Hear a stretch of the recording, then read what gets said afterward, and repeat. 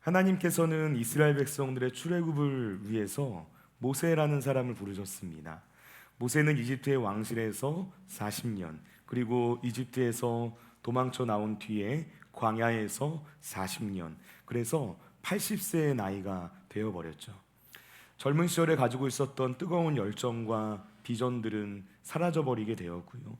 스스로를 실패한 인생이다라고 여기고 있었던 모세에게 하나님께서 불타는 떨기나무 가운데서 임재하셔서 이스라엘 백성들을 출애굽하라라는 하나님의 거룩한 사명을 부여해 주셨던 것입니다. 하나님께서 모세에게 주신 이 사명으로 인해서 결국 모세는 이집트의 파라오에게 가서 이스라엘 백성들을 데리고 가겠다라고 말을 했는데요, 파라오가 이 요청을 거절하는 것이죠. 그래서 하나님께서 이집트 땅에 10가지 재앙을 내리게 되고요, 그 10가지 재앙 중에 첫 번째 재앙이 바로 오늘 우리가 함께 읽은 이 본문 말씀에 나오는 나일강의 물이 피로 변하는 재앙이었습니다. 하나님께서 첫 번째 재앙으로 나일강을 치셨다라는 것은 단순히 자연재해를 일으켜서 애굽의 바로를 비롯한 애굽 사람들을 겁주시려고 했던 그런 일이 아니었습니다. 이것은 이 당시 이집트인들이 가장 의지하고 있었던 신이자 그리고 그들의 삶의 기반인 나일강을 심판하셔서 그들이 신뢰하고 있는 모든 존재가 참된 신이 아니다라는 사실을 드러내주려는 그런 목적을 가지고 있는 사건이었다는 것이죠. 여러분, 나일강은 이집트의 생명줄 그 자체였습니다. 매년 6월 무렵이 되면은 나일강이 범람하기 시작합니다. 그리고 그렇게 강물이 범람하게 되면 그 범람한 강물 주변으로 비옥한 흙이 쌓이게 되는데요, 이집트인들은 그 흙을 가리켜서 케메트라고 불렀습니다. 검은 땅이라는 의미를 가지고 있어요. 이집트인들은 바로 그 검은 땅에서 밀과 보리를 비롯한 삶에 필요한 많은 농작물들을 이제 얻을 수가 있었고요, 이 나일강을 중심으로 해서 이집트의 문명이 꽃피우게 되었던 거죠. 만약 나일강이 없었다면 이집트 문명도 존재할 수가 없었던 겁니다. 고대 이집트는 다신교 문화였어요. 전해지기로는 약 2000개 정도의 신들이 있었다라고 이제 알려져 있는데요, 이 신들의 목록에는 나일강도 포함되어 있었습니다. 고대 이집트에서 나일강과 연관되어 있는 그 신을 좀 대표적인 걸 꼽으라면 두 가지 신을 뽑을 수가 있는데요, 첫 번째는 나일강의 신 하피이고요, 이 하피라는 신은 강을 범람하게 해주는 신이었어요. 그리고 풍요와 생명의 질서를 상징하는 신인 오시리스라는 신이 나일강과 관련이 있는 신이었습니다. 우리가 이 사실들을 통해서 알 수 있는 사실은 이 당시 이집트인들이 신뢰하고 있었던 것은 자신들을 먹여 살리고 또 지켜준다라고 믿고 있었던 나일강이 있었다라는 점이에요. 제가 인터넷에서 이런 글을 읽게 됐어요. 어떤 분이 적은 글이었는데요, 나는 분명 하나님을 믿는데 왜 새벽마다 제일 먼저 하는 일이 주식 앱을 켜는 일인지 모르겠다. 짧은 글이었는데 뭔가 이 글 안에 예리한 질문이 담겨져 있더라고요. 무슨 질문입니까? 내가 진짜 믿고 있는 것, 내가 정말 신뢰한다라고 말하는 것은 하나님인데, 근데 왜 내가 눈을 뜨자마자 제일 먼저 하는 일은 주식 앱을 켜는 것인가? 스스로에게 질문하는 거예요. 여러분, 사실 오늘날 우리가 나일강의 신 하피를 숭배하고 있지는 않죠. 예배하고 있지는 않습니다. 그러나 그렇다고 해서 우리가 신뢰하고 의지하고 있는 무언가가 전혀 없는가? 그렇진 않다는 거예요. 우리는 지금도 여전히 무언가를 절대적으로 의지하고 신뢰하면서 살아가고 있습니다. 오늘 이 자리에 모인 저와 여러분 모두에게도 지금 본문 말씀 속에 나오는 이집트인들이 섬겼던 나일강과 같은 것들이 존재한다는 거예요. 우리에게는 내가 정말 의지하며 살아가고 있는 것들, 내가 의지하고 있기 때문에 지금 만약 나에게 이것이 없다라고 생각하면 우리의 마음이 단 한순간에 무너져 내릴 수 있는 무언가가 있다라는 거예요.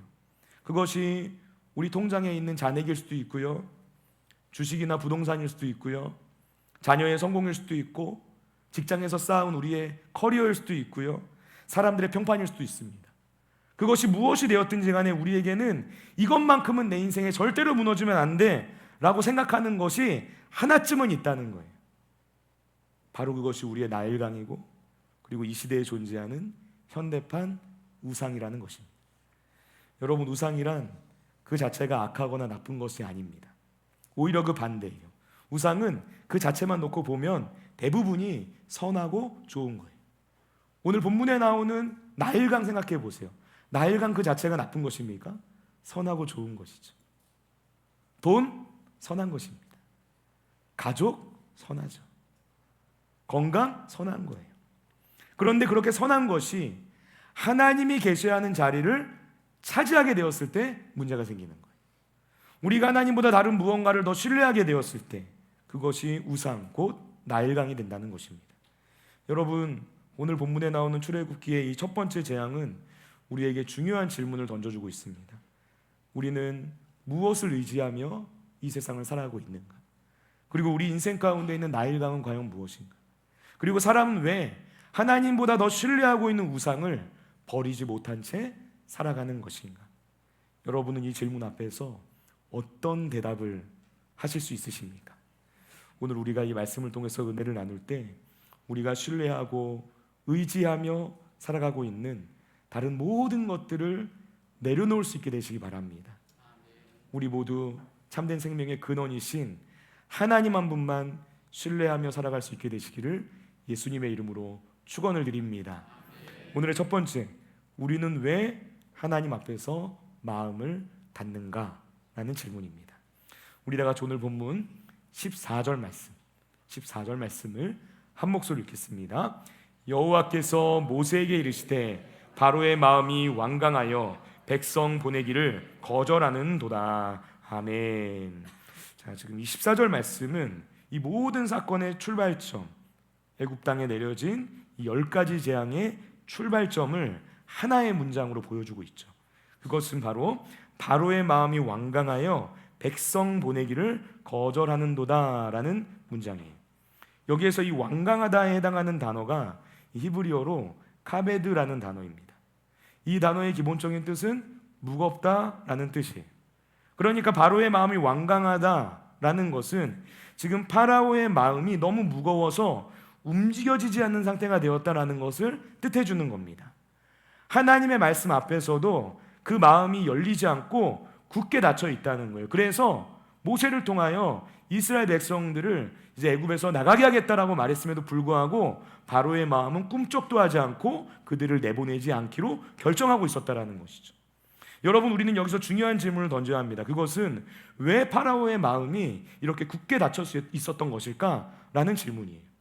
파라오가 특별히 나쁜 사람이라서 그래서 그의 마음이 굳게 닫혀 있었던 것일까요? 여러분, 그렇지 않습니다. 우리가 이 질문에 대한 답을 찾으려면 먼저 이집트에서 파라오와 나일강 사이에 존재하고 있는 특별한 관계를 이해할 필요가 있어요. 고대 이집트에서 나일강은 파라오의 통치를 증명해주는, 그러니까 파라오의 통치의 정당성을 증명해주는 그런 역할을 했습니다. 이집트인들은 나일강의 질서와 풍요를 파라오의 통치와 연결해서 이해했다는 거예요. 쉽게 말하면 뭐냐면요, 나일강이 범람해서 풍요로워지고 농사가 잘 되면은 파라오가 신들에게 인정을 받고 있다는 거예요. 반면에 나일강이 범람하지 않고 그래서 그들의 삶이 어려워지면은 파라오가 신들에게 버림을 받았다, 이렇게 생각했다는 겁니다. 한마디로 나일강은 파라오가 어떤 존재인지를 정의해주는 그런 역할을 했다는 거죠. 표면적으로 모세가 파라오에게 구한 것은 이스라엘 백성들의 노예 해방이었어요.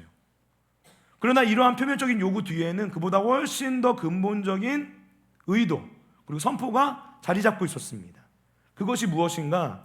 이집트의 수많은 신들이 아니라 여호와 하나님이 세상의 진정한 주권자다라는 사실이었어요. 파라오가 두려워한 것은 뭐냐면 단순히 노예를 잃어버리게 된 걸 두려워한 게 아니에요. 하나님이 이집트 땅에서 권위를 주장하게 되는 순간 이집트 신들의 권위가 땅으로 떨어지게 되죠.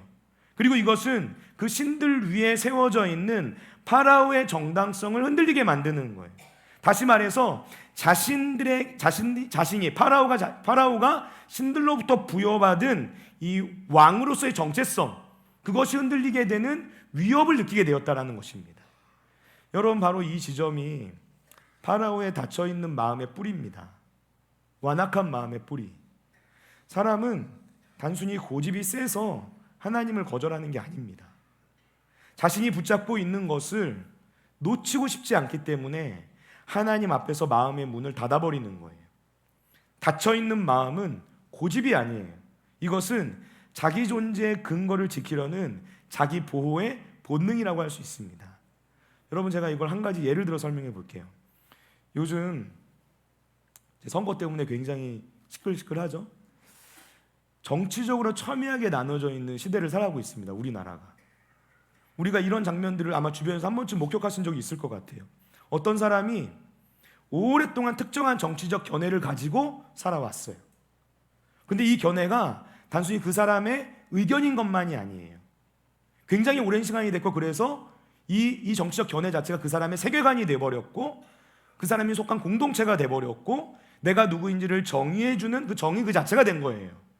근데 어느 날 나와 다른 견해를 가지고 있는 사람, 반대편에서 굉장히 논리적이고 합리적인 주장을 내놓는 거죠. 통계도 있고 근거도 있어요. 설득력도 있어요. 근데 그 얘기를 들었습니다. 그럼 어떻게 됩니까? 그 얘기를 따라가게 됩니까? 따라가지 않죠. 귀에 들어오지 않는 겁니다. 아무리 근거를 가져다 놔도 이미 마음이 닫혀있는 사람에게는 소용이 없는 거예요. 오히려 그 주장에서 허점을 어떻게든 찾으려고 하고요, 그것을 부정할 만한 이유를 찾으려고 애를 쓰는 겁니다. 여러분, 심리학자들은 이것을 확증 편향이라고 말하죠. 사람은 자신이 이미 믿고 있는 것을 확인시켜주는 정보만을 받아들이고 그것에 반하는 정보는 무의식적으로 걸러낸다는 거예요. 이것은 단순히 지적인 오류를 말하는 게 아닙니다. 그 견해가 나라는 존재 그 자체와 연결되어져 있다는 점이 굉장히 중요해요. 내가 가지고 있는 그 견해를 바꾸게 되는 것은 단순히 내 생각을 바꾸는 그런 단순한 차원의 일이 아니게 된다는 거예요. 내가 속해 있는 공동체, 나라는 사람의 정체성, 그리고 내 삶의 방식, 이 전부를 뒤흔드는 일이 돼버릴 수 있다는 거죠. 그래서 마음을 닫아버리는 거예요. 증거가 없어서가 아닙니다. 인정하고 싶지 않기 때문에 그런 거예요. 여러분, 하나님을 향해 마음을 닫는 경우도 이런 케이스가 있습니다. 하나님이 진짜 신이다라는 사실을 인정하게 되는 그 순간, 내가 지금까지 신뢰하고 의지하고 믿고 왔던 그 모든 것들이 가짜였다라는 사실을 인정해야만 되는 상황이 온다는 거예요. 그래서 어떤 사람들은 지금까지 내가 신뢰해 왔던 것들이 부정당하게 되는 그 현실이 두려워서 하나님 앞에서 자기의 마음을 닫아버리는 것입니다. 여러분, 우리는 10가지 재앙이 나오는 본문에서 하나님을 향하여 꽉 닫혀있는 이 파라오의 마음을 곳곳에서 발견할 수가 있어요. 우리가 읽은 이 본문 바로 앞에 나오는 출애굽기 7장 9절 말씀, 우리 9절 말씀을 한번 다 같이 읽겠습니다. 바로가 너희에게 이르기를 너희는 이적을 보이라 하거든 너는 아론에게 말하기를 너의 지팡이를 들어서 바로 앞에 던지라 하라. 이것이 뱀이 되리라. 아멘. 자, 지금 여기서 중요한 문장이 나오는데요, 지금 파라오가 모세한테 하는 말이에요. 너희는 이적을 보이라 라고 요구하게 된다는 거예요. 하나님의 말씀을 들고 나타난 모세에 대한 파라오의 첫 번째 반응이 질문이 아니라 요구였다라는 점, 무언가를 요구했다라는 점, 여러분 이것을 잘 생각해야 됩니다. 지금 어떤 일이 벌어지고 있는 겁니까? 주도권 싸움이 벌어지고 있는 거예요. 파라오의 태도는 어떤 태도냐면 나는 항복하지 않겠다는 거예요. 여호와 하나님 앞에 항복하지 않겠다는 거예요. 내가 판단의 기준을 정할 거고 내가 정한 그 기준을 통과하면 내가 여호와 하나님을 인정해 보겠다라는 거예요.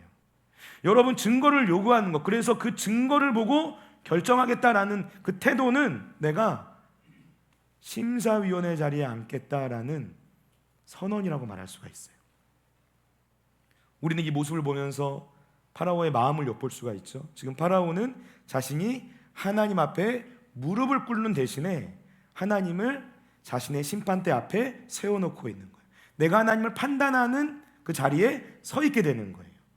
여러분, 바로 이것이 우리가 매일같이 치르는 싸움입니다. 치열한 영적 전쟁이라고 말할 수가 있겠죠. 하나님, 제가 이 기도에만 하나님 응답해 주시면 제가 하나님 한번 믿어보겠습니다. 하나님, 제가 이 상황이 해결되면 제가 한번 교회 한번 나가볼게요. 하나님, 왜 저에게 이런 일들을 허락하십니까? 저에게 한번 그 이유를 설명해 보세요.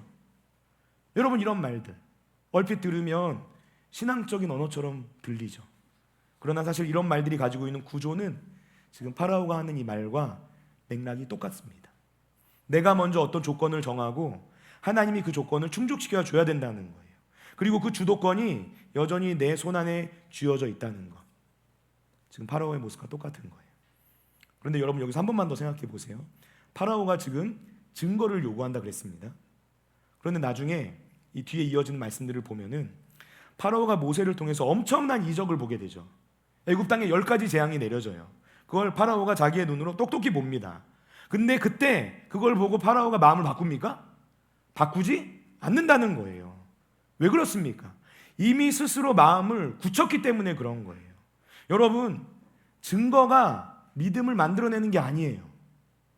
사람이 뭘 본다라고 해서 그게 믿음을 만들어내는 게 아니라는 거예요. 여러분, 기적을 경험합니까? 놀라운 일을 체험합니까? 그럼 그 기적 자체가, 그 놀라운 일 자체가 우리 안에 믿음을 만들어냅니까? 그것이 우리의 믿음을 지켜주고 우리가 마지막 순간까지 하나님을 따르는 삶을 살게 만들어줍니까? 그렇지 않다라는 것입니다.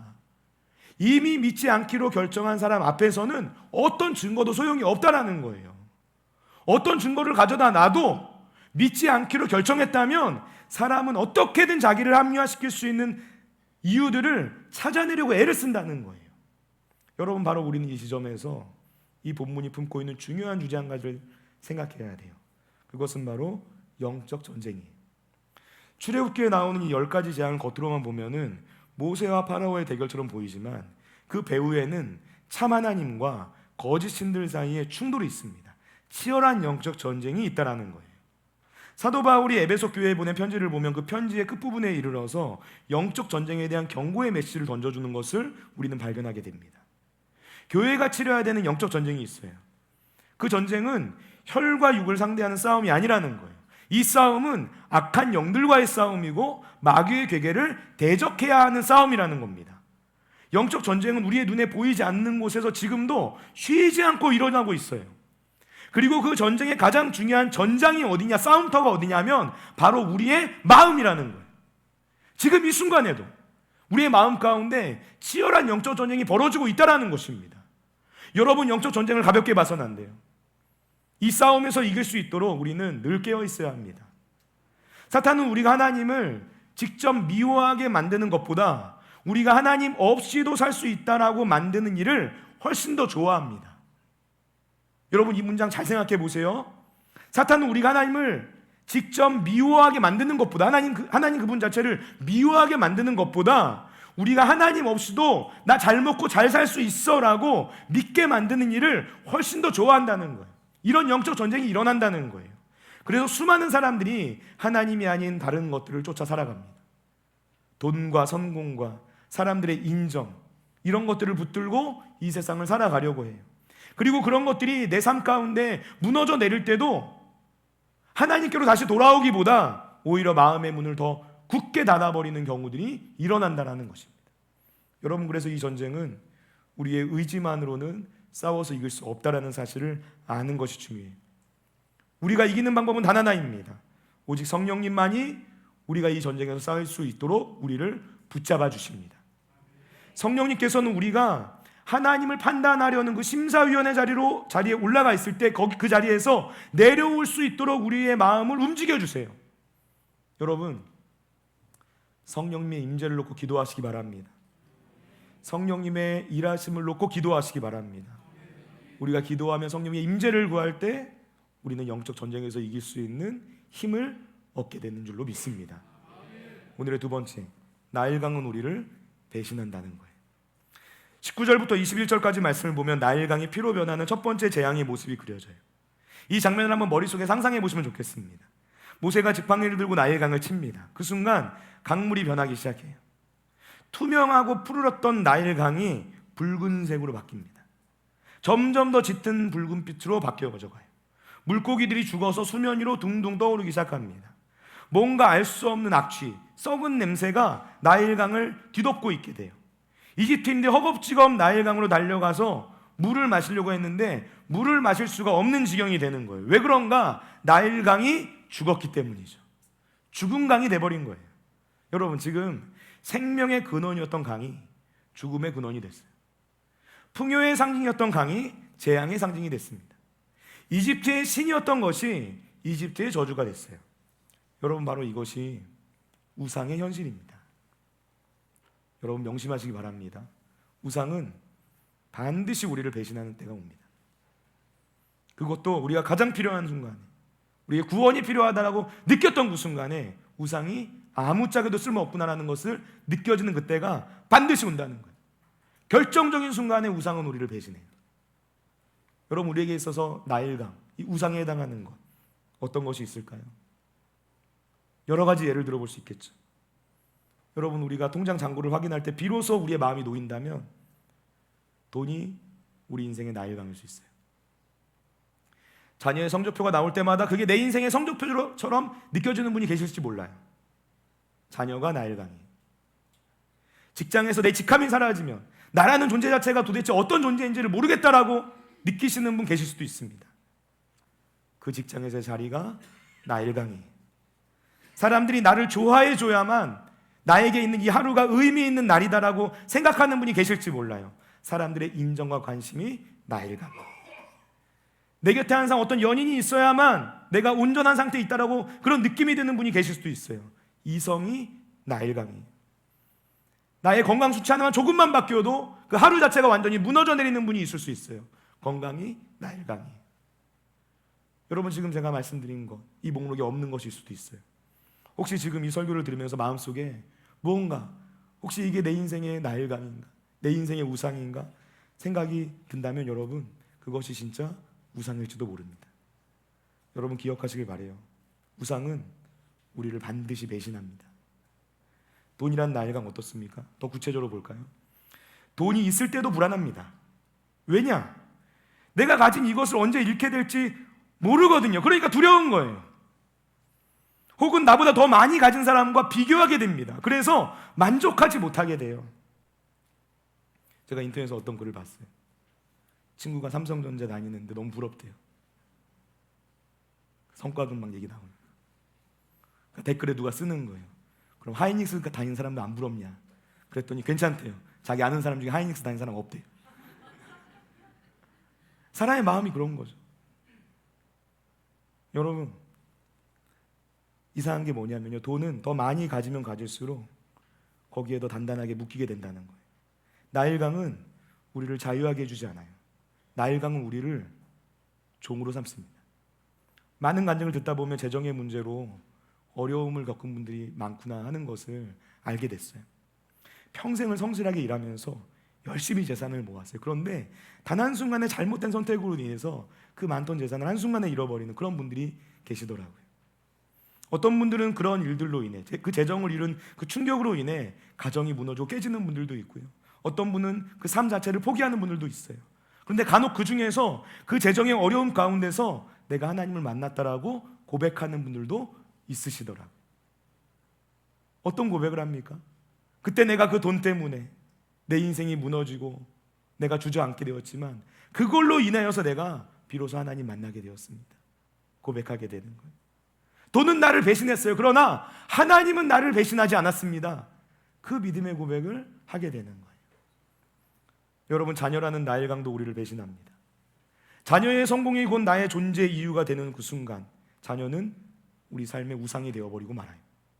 자녀가 잘 되면 내 삶이 의미가 있고 자녀가 실패하면 내 삶도 실패한 것 같아진다면 여러분, 자녀가 우상이 된 거예요. 자녀는 그 사실을 압니다. 내가 이 사실을 아는 그 자녀의 마음, 그 자녀의 마음에 이런 일들이 일어나요. 나는 부모의 기대를 채워줘야만 사랑을 받을 수 있는 존재야 라는 그런 생각이 자기도 모르게 자리를 잡게 돼요. 이런 예를 들어볼 수 있겠죠. 아이가 시험 결과를 가지고 집으로 들어와요. 현관문 열기 전에 이미 그 아이는 부모의 표정을 예상하고 있습니다. 아이들은 시험 점수가 나쁜 것보다 부모님의 실망한 표정을 더 두려워해요. 왜 그렇습니까? 언제부터인가 성적이 곧 내가 사랑받을 자격이다라고 알게 되었기 때문이에요. 느꼈기 때문이에요. 여러분, 이것이 우리에게 있는 나일강이 우리의 자녀들을 묶어놓는 방식이 된다라는 거예요. 인정이라는 나일감은 어떻습니까? 인정이라는 나일감도 우리를 배신하죠. 우리는 칭찬을 들으면 정말 살만 나는 것 같고 비판을 받으면 무너지는 것 같아요. 소셜미디어, SNS, 유튜브 좋아요 숫자를 확인하는 게 우리의 삶에 새벽 예배가 될 때가 있어요. 눈 뜨자마자 그거 보는 거예요. 좋아요 숫자. 예배 드리는 거죠. 많은 좋아요를 받게 되면 충분히 만족하는가? 여러분, 그렇지 않습니다. 오늘의 칭찬은 내일이면 잊혀져 버리게 돼요. 그리고 더 많은 인정과 칭찬이 필요하다고 사람은 느끼게 됩니다. 채워지지 않는 갈증이 있는 거예요. 인정이라는 나일강은 마시면 마실수록 우리를 더 목마르게 한다는 거예요. 여러분, 코로나가 한창 이제 막 유행이 됐을 때 갑자기 교회들마다 막 유튜브 채널 개설하고 설교 영상 막 업로드하기 시작했어요. 그때 어떤 일이 벌어졌냐면, 제가 설교를 마치고 나서 제 자리 가자마자 스마트폰 들여다보는 거예요. 뭘 봤을까요? 유튜브 조회수 보는 거예요. 좋아요 몇 명 눌렀나? 싫어요 한 번 받았는데 충격이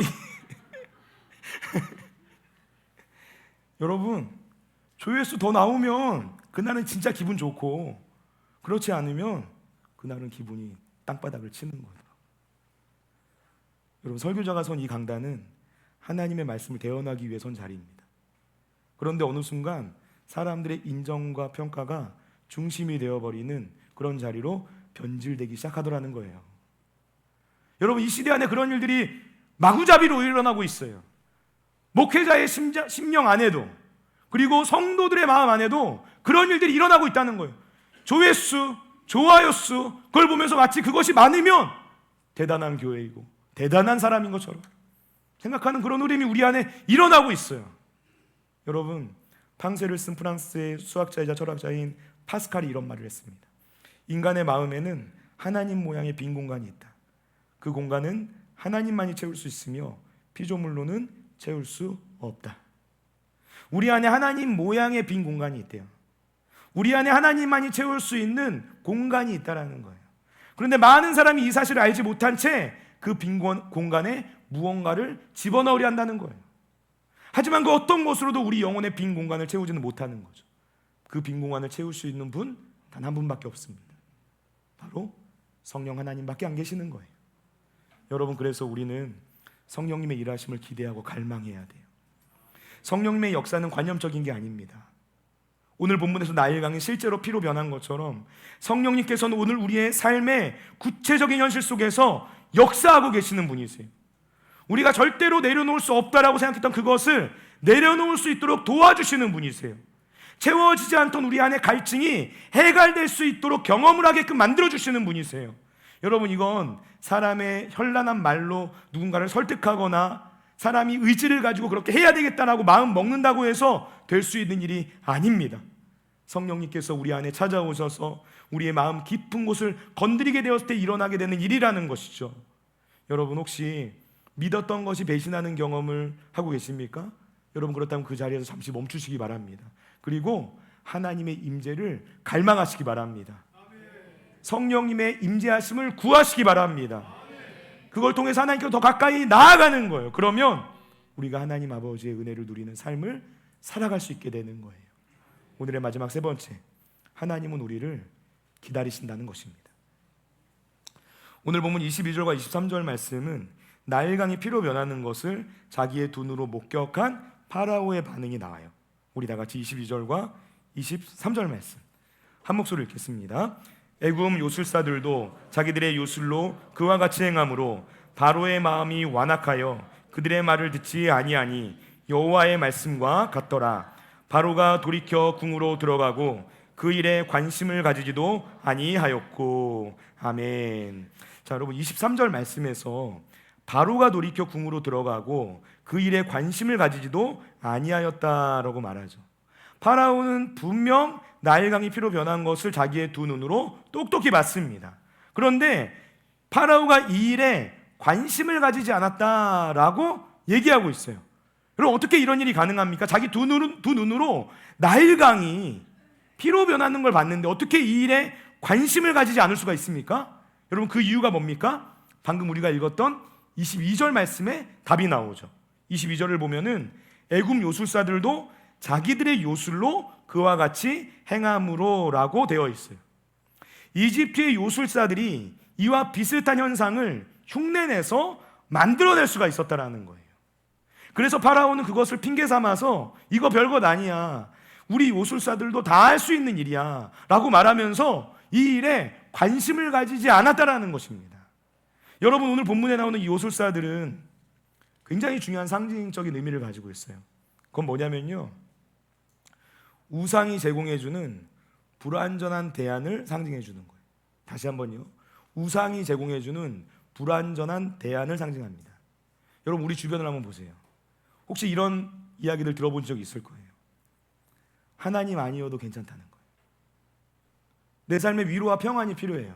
근데 하나님 아니어도 괜찮다는 거예요. 내 삶에 평안함을 주는 다른 좋은 것들이 많다라는 거예요, 이 세상에. 하나님 안 믿고 예배 안 드려도 나 명상하니까 마음 평안해지던데? 나 명상할래. 나 하나님 안 믿고 기도하지 않고 그냥 내 마음대로 살아가도 돈 있으면 웬만한 일들 다 해결되던데? 나 돈 믿고 살아갈래. 우리의 삶 속에 하나님이 없이도 비슷한 결과를 만들어낼 수 있는 수많은 대체품들이 존재한다는 거예요. 그게 바로 우상의 전략이라는 거예요. 사단의 전략이라는 것입니다. 여러분, 우리 다 같이 24절 말씀 한번 읽어볼게요. 본문 24절 말씀 한 목소리로 읽습니다. 애굽 사람들은 나일 강물을 마실 수 없으므로 나일 강가를 두릅파서 마실 물을 구하였더라. 아멘. 여러분, 지금 나일 강이 피로 변했어요. 그래서 마실 물이 없게 됐어요. 그러자 이집트인들이 뭐라고 있습니까? 지금 나일 강가를 두릅파서 마실 물을 구하였다라고 말을 하죠. 이 장면 한번 상상해 보세요. 나일 강이 피로 변했어요. 그런데 이집트인들이 여전히 나일 강 주변을 떠나지 못하고 있는 거예요. 분명 어딘가에 물이 있을 거야. 좀 더 깊이 파봐. 다른 데를 파봐. 거기서 물을 구해봐. 분명 어딘가를 파면 물이 나올 거야. 이러고 있다는 거예요. 지금 이미 이 나일강은 죽은 강이 되었는데 여전히 나일 강가를 파고 있다는 거죠.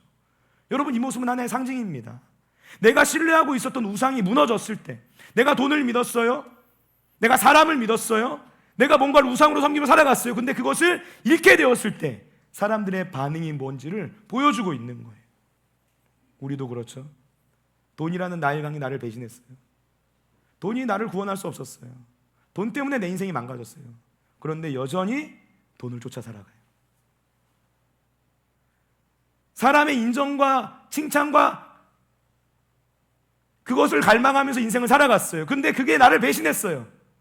그게 내 인생을 구원할 수 없다는 걸 내가 경험하게 됐어요. 근데 여전히 사람들의 인정과 칭찬을 갈구하며 살아가는 거예요. 예레미야 2장 13절 말씀에 나오는 것처럼, 그 이스라엘 백성들처럼 생수의 근원 되신 하나님을 버리고 스스로 웅덩이를 파고 있는 거예요. 이미 물을 줄 수 없는 상태가 되어버린 나일강을 떠나지 못한 채 계속해서 나일강 주변을 맴돌면서 그곳을 파면서 물을 찾고 있는 인생이 있다는 것이죠. 여러분, 우리는 나일강가를 파고 있을 것이 아니라 나일강에서부터 돌이켜야 되는 줄로 믿습니다. 생수의 근원이신 하나님께로 나아가야 되는 거예요. 여러분, 나일강이 피로 변한 이 첫 번째 재앙은 25절 말씀에 여호와께서 나일강을 치신 후 이레가 지나니라 라는 말로 끝이 나요. 7일이라는 시간이 등장하고 있어요. 하나님께서 7일을 기다리셨다는 거예요. 성경에서 7이라는 숫자는 완전수죠. 하나님은 완전한 인내하심으로 충분한 시간을 주시면서 파라오를 기다리신 거예요. 근데 이 패턴이 첫 번째 재앙에서만 끝나는 게 아니에요. 출애굽기를 보면은 10가지 재앙이 나옵니다. 이것은 하나님께서 파라오를 한 번만이 아니라 10번이나 기다리시면서 기회를 주셨다는 걸 의미하는 거예요. 재앙은 심판이기 이전의 기회였어요. 파라오는 그 10번의 기회를 10번이나 찾아온 하나님께서 주신 그 기회를 자기 발로 스스로 걷어찼다는 것입니다. 여러분, 바로 이것이 재앙 가운데 담겨있는 하나님의 마음이에요. 하나님께서는 지금도 저와 여러분을 기다리고 계세요. 나일강이 출렁이고 있는 그 자리에서 우리를 기다리고 계세요. 우리가 믿고 있었던 것들이 우리를 배신하는 그 자리에서 우리를 기다리고 계세요. 나일강가를 파고 또 파고 있는 그 자리에서 하나님은 우리를 기다리고 계시다는 거예요. 여러분, 요한계시록 3장 20절 말씀을 보면 예수님께서 이렇게 말씀하세요. 볼지어다 내가 문 밖에서 서서 두드리노니 누구든지 내 음성을 듣고 문을 열면 내가 그에게로 들어가 그와 더불어 먹고 그는 나와 더불어 먹으리라. 여기에 나오는 이 문은 우리 마음의 문을 가리키죠. 우리의 나일강이 자리 잡고 있는, 우리의 우상이 자리 잡고 있는 우리 마음의 가장 깊은 곳에 있는 그 문이에요. 성령님께서 오늘 이 시간 우리 각자의 마음의 문을 두드리고 계시다는 거예요. 여러분, 오늘 본문에는 피가 흐릅니다. 나일강이 피로 변했어요. 생명의 근원이 죽음으로 변한 피였어요. 이 피는 우상의 피고 배신의 피였어요. 그런데 성경 전체를 펼쳐보면 거기에 또 다른 피가 나오죠. 이 본문에 일어난 사건에서부터 수천 년이 지난 어느 날, 예루살렘 성 밖 골고다 언덕에서 한 사람의 피가 흘려졌습니다. 바로 하나님의 아들 예수 그리스도의 피였어요. 이 피는 나일강의 피와 정반대였어요. 나일강의 피는 이집트를 저주했어요. 그러나 예수님의 피는 온 세상을 구원하는 능력이 되었습니다. 나일강의 피는 죽음을 가져왔어요. 그러나 예수님의 피는 생명을 가져왔습니다. 나일강의 피는 마실 수 없는 것이었어요. 그러나 예수님의 피는 마시는 자마다 영원히 목마르지 않는 생수가 되었다는 것입니다. 나일강은 우리를 배신했어요. 그러나 십자가를 짊어진 예수님은 우리를 배신하지 않으신다는 거예요. 여러분, 우리 마음 가운데 있는 나일강과 같은 것들, 그 우상들을 내려놓는 것이 복인 줄로 믿습니다. 나일강이 우리를 배신하기 이전에 우리가 그것을 내려놓을 수 있다면 가장 좋은 거예요. 아멘. 설령 나일강이 우리를 배신한 후에 우리가 그것을 내려놓게 되었다 할지라도 여러분, 그건 역시 복인 줄로 믿습니다. 오늘 저와 여러분 모두가 하나님의 품으로 나아가서 주님만을 온전히 의지하는 삶을 살아갈 수 있게 되시길 바랍니다. 그래서 우리가 가장 신뢰하는 분이 오직 예수 그리스도 한 분이 될 수 있기를 예수님의 이름으로 축원을 드립니다.